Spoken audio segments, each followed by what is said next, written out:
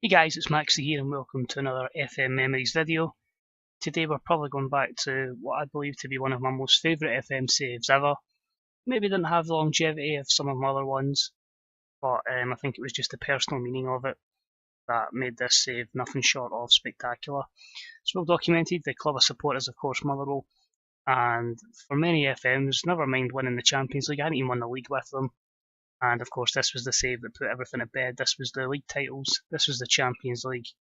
This was the FM Sun. This was absolutely everything into one save. It was not the easiest of starts. It took a couple of years to get going.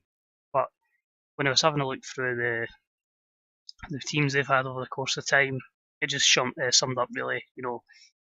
Maybe in the old FMs, you could get a level of player a bit better than what your club really should have had. So just really going to look through the teams here.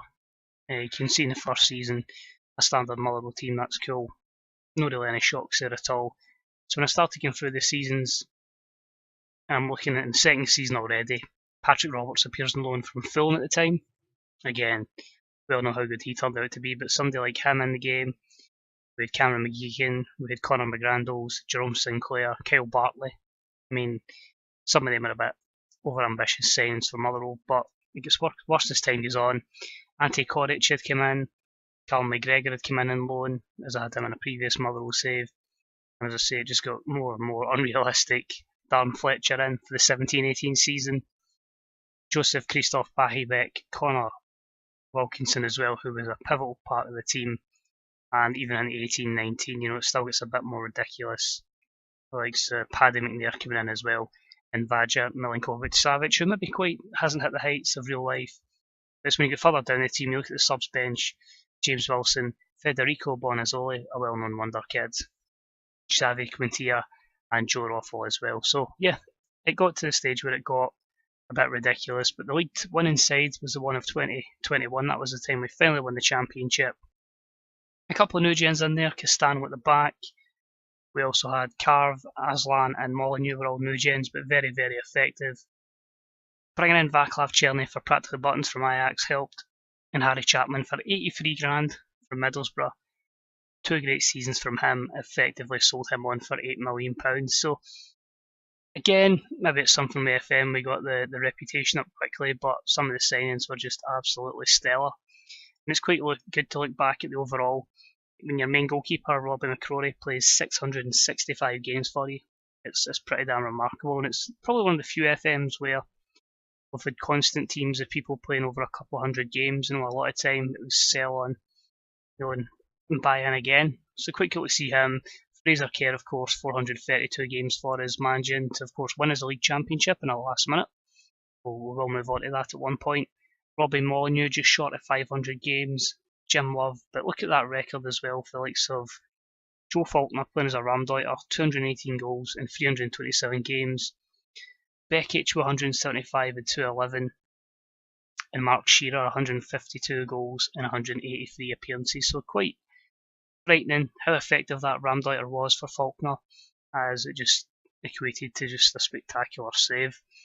If I just quickly go to my history in game, a couple of national teams. I tried again with Scotland, failed. Tried again with France and Argentina. For some reason I finished 72nd with Scotland, Motherwell. I don't know how that works out, but okay. But basically overview, so you can see there, we spent 279 million, we sold 432, biggest buy was 30.5 million, so you compare that to FM15 now, it's night and day differential. The fact is, at Motherwell we only lost 176 games, so once we started winning, the defeats per year were pretty low, and a 72% win ratio. But what I'm going to do is a few things, because I haven't actually properly looked back at it. I just go to competitions, check the Premier League. So there you go, last year, 36 1-1. A couple of defeats the last year. So it seems most year was 1 or 2 defeats. There you go, an unbeaten season in 28-29.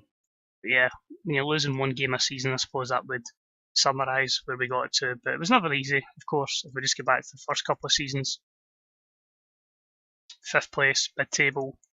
2nd place in the second season was very good. Of course, what you have to remember is in this one, Rangers were a championship side to start with, so you get that bit of advantage. Taking Rangers a bit of time to build up, and while they're building up, it allows you to get into Europe, get the club's reputation up as well. So that's obviously helped us. You can see they're 1 point off in the 1920 season. What made it special about 2021 is the fact the title was won in the last minute of the season. So we were behind Celtic getting into that. Just quickly go to the schedule. You'll see here. Last game of the season, 1-0 win against Celtic, Fraser Kerr 90 plus 3. I think if you type in Motherwell winning the league in the last minute on YouTube, you should find the video where we just showing the highlights of the game and the fact the goal was in like the 93rd minute with my defender up as a target man, a long ball forward, the other striker runs down the channel, crosses it in, and the target man, Fraser Kerr, pulls it home for the win. And they win his league championship. But a great run of form. I think a lot of that does go down to being out the cup in November. So effectively the team were pretty fresh going into a lot of the league games going forward. But that was cool. And as I say, the other great moment of the save was that Champions League win. I think it would have been the season before that, because I've seen Club World Championship. 3-2 win in the final against Monaco. Great when you can go 3-0 up and nearly bottle it. Goals from Lammers and Petit, giving Monaco a chance. I mean, it's quite cool, and as you can see in the bottom corner, the FM Sun got on. Not the greatest, nowhere in comparison to the one I've got in FM18. It was fast, could play in the right winger. Never got capped for Scotland. You can see there, we did give him appearances, but at times we did loan him out to Morton, Stranraer and Dumbarton. But the cool thing we can see from it is he does have a Champions League winners medal, so that just was cool, and if we need the evidence, information, it confirms it. I think with him, it was a case of you win the Champions League in Motherwell, you get an FM Sun in your lineup. Is there anything else to achieve in Motherwell?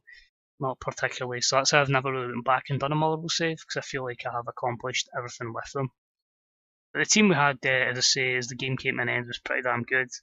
We had a few folk coming through. Stuart Watson came through the academy, was a stellar looking player, got him to 22, 32 caps for Scotland. You can see there really came of age, some great performances. It doesn't help us at the start of the season as well, so you don't know who's amazingly great. Bekic is obviously still there, he was recruited very young from Vojvodina. Again, if you know the right places, players can come in, and he was just exceptional. In fact, pretty much close to a goal a game ratio. So that's just two of the players who could look, as I say, the whole time. The next generation was built. Oviedo from Argentina, 3 caps at 18. Striker coming through. I don't know if we played him much last year, 6 games, but again, just recruiting in the right places. And it's a young team as well. You'll notice only really McCrory, backup goalkeeper, Ojeda were over 30. Now, a lot of the team, you could argue, was 22, 23, so they're a long way to go. But what's cool, as I say, to finally, get a couple of things over with Motherwell. It's something I'd obviously never done anything really with before. It's quite cool to leave them eventually with 16 Premier League titles. That was 15, I think, by me. A couple of Scottish Cups as well. I think that would have been about 12, if I'm right in saying. We've only won 2, and pretty much the same for League Cups, and the Champions League was great as well. And the other thing, of course, if I can go to facilities, was to get a stadium. Fair off, not named after us. We got the Motherwell Stadium, 47,000, same roughly, well, give or take a couple of thousand of Ibrox. But again, yeah, it was cool. Again, it's just the same every save. You always build infrastructure and go for there. But as I say, I've always done the long-term save, and as I say, that's why FM19 may look to be different, because we have done it so many times. But as I say, a great save, a really, really cool journey to finally win the Champions League with Motherwell. And yeah, it kind of meant Motherwell completed it, mate. So it was one of those things. It was a very, very fun save. And yeah, it was just nice to kind of look back and really see what happened and enjoy it. So if you do want to check out the video, the Fraser Kerr last minute winner, I'll try and put a link in the description. Just shows you the evidence of it being recorded at the time. Well, just slightly after, because it was like 3 in the morning when it happened a couple of years ago. But yeah, as always, cheers for watching. Let us know what your FM memories were. And as always, next Tuesday we'll be back with the FM16 series. And of course, every Saturday we'll be doing the Scotland save right up until just before FM19 hits. But of course, we'll be looking to do the challenge I announced on Twitter, the Complete the Mate challenge. I'm going to try and win it all, not in one save, but in individual saves, so we can actually learn about real life players instead of the life of new gens. So just watching, let us know what you've got planned for FM19, and hopefully see you next time for some more Football Manager memories. Bye bye.